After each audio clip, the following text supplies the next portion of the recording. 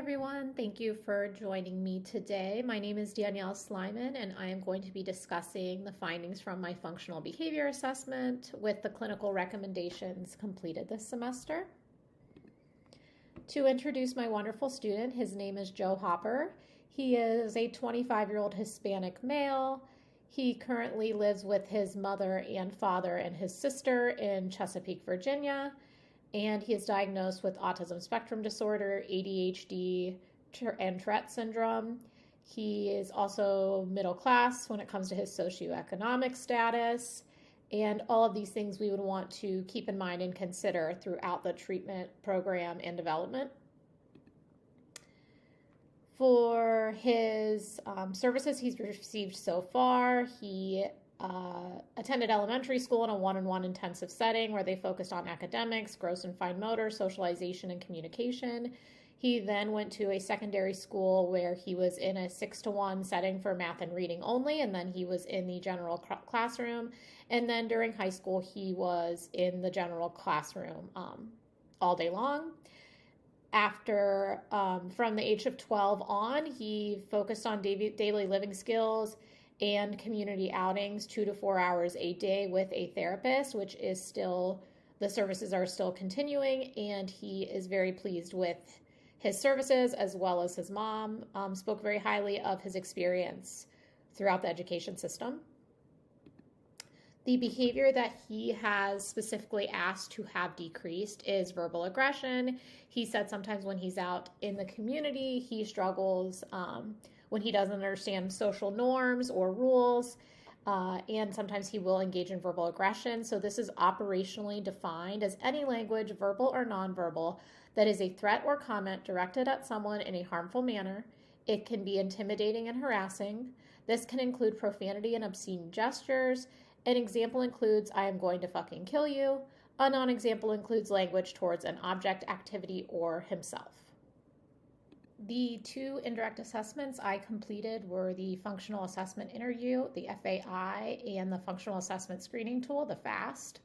The functional assessment interview was completed on June 5th. It took around 90 minutes, and both Joe Hopper, the client, and his mother were present. And then the next day on June 6th, we completed the FAST, which was about 45 minutes long, face-to-face interviews for both. The FAI, the purpose was to summarize the antecedents and consequences of his verbal aggression, as well as gather information about the behavior, review previous treatment interventions, as well as the history and preferences or alternative behaviors. Although the intensity of his verbal aggression is mild, it could cause confrontation and potentially escalate into physical altercation. So that's why it's important to decrease this behavior. Joe did describe that this only happens in the community setting, and some of his preferences include playing video games, trying exotic foods, listening to music, and watching movies. We found from the FAI results that the antecedent to verbal aggression is restricted access to a preferred item or activity, and the consequence is attention. So other potential teaching strategies could be emotional or self-regulation type of programs, tolerating delayed or denied access, and social skills training. For the FAST, this aims to identify which reinforcing factors are influencing Joe to engage in verbal aggression. It's a yes-no questionnaire, and he didn't mention that some environmental factors include sudden changes in his day that interrupt his access to preferred activities. Based on the FAST, the function of his verbal aggression appears to be social reinforcement. As you can see here, he scored a total of 4 points for the social attention/preferred items section, 2 points for the social escaping from tasks or activities, and then 0 points for automatic sensory stimulation or pain. The 2 types of direct assessments that I conducted were the ABC narrative analysis and the scatterplot analysis. For the ABC narrative analysis, ABC standing for antecedent, behavior, and consequence, we are looking at all 3 of those to see what happened prior to the behavior occurring, during the behavior, and directly after the behavior. This was conducted across 4 days, from 6:13 to 6:16. I was able to have a colleague of mine also join me on 2 of the days to conduct IOA when we were taking the data to compare and analyze and make sure that we were both taking accurate data. And I just followed Joe Hopper around with his therapist, Dwight, who he's been working with for many years, and kind of just watched them do their daily routine. And this took place in video game stores, restaurants, cars, in the home setting, and in other various places. And overall, there were 57 instances of verbal aggression across those 4 days of direct observation. For the antecedent side of things, prior to the behavior recurring, we most often saw he was having restricted access to tangibles or preferred items or activities. And then a handful of times when a demand would be placed prior to the behavior, during transition from one place to the other, if there was a difficult task presented, if there was diverted attention when no one was paying any attention or low attention, as well as during the mealtime situation. But overall, the highest rate for antecedent was the restricted access to preferred items or activities. And then looking at the consequential side of things, overall, we found that it's most likely that the function was attention given during that was maintaining the behavior of verbal aggression.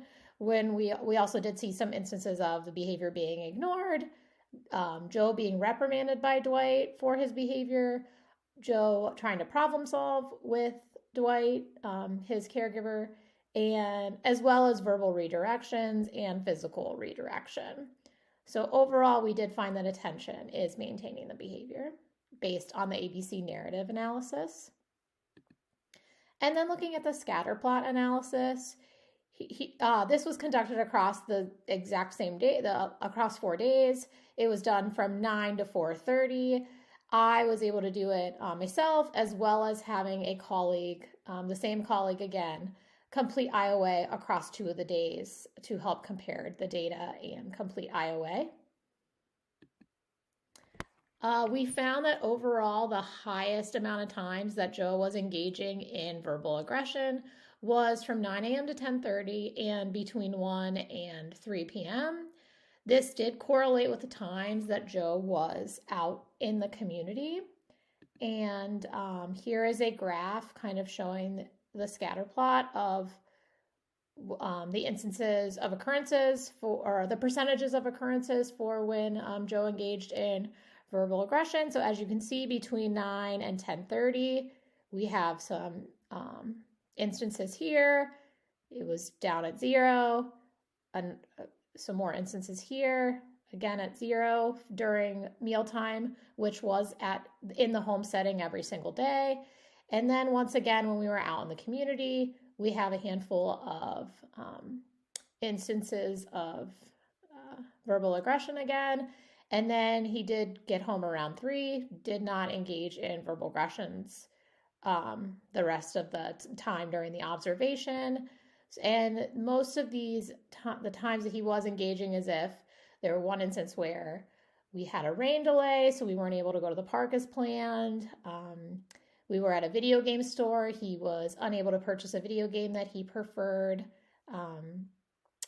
When, anytime changes kind of were canceled or switched around, we did see higher instances of the behavior increasing. So based on the indirect assessments, the FAI and the FAST, we hypothesized that the function was restricted access to preferred tangibles and activities and also attention maintained behavior. We saw in the FAST that the function was most likely social reinforcement as well. And then during our direct assessments, we found that for the ABC narrative, the FAI was supported here, and we did find that delayed or denied access to preferred items or activities and attention were both the functions of the behavior. And we saw this, that whenever Joe was denied access to a video game he preferred or an item that he really wanted to eat at a restaurant that was discontinued on the menu, or that they ran out of the video games, things like that, were all examples of him being reinforced, or him having reinforcement from being delayed or denied access, which was supporting him engaging in the behavior. Okay, I need to start over.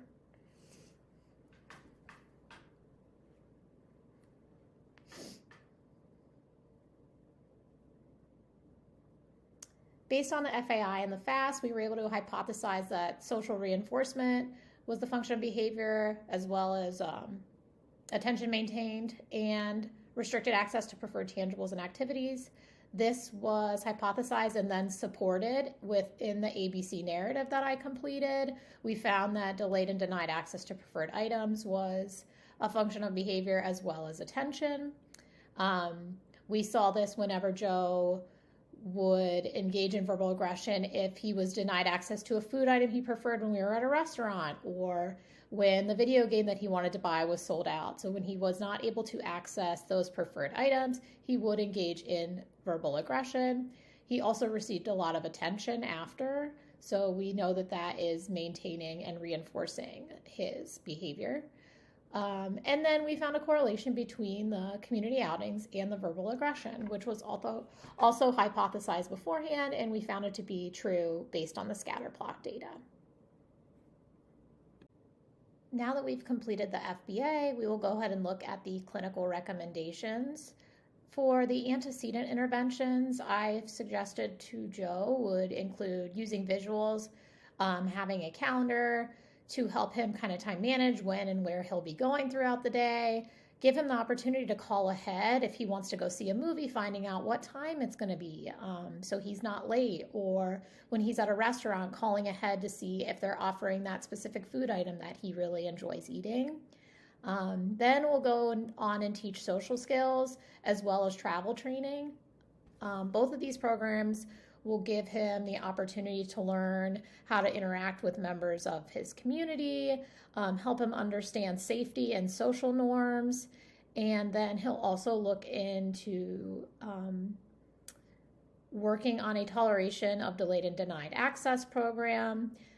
All of these programs will be taught using the BST model, behavior skills training, where he will read through a scenario or a script with his instructor, and they will review and make sure that he fully understands what the scenario is. So then the instructor will model so Joe that can see and hear how the actual scenario or script goes. And then they'll get the opportunity to rehearse. So he'll be able to practice in the community, in the natural setting, and then his instructor will provide feedback. For his alternative behavior intervention, we suggest that he completes some functional communication training, FCT.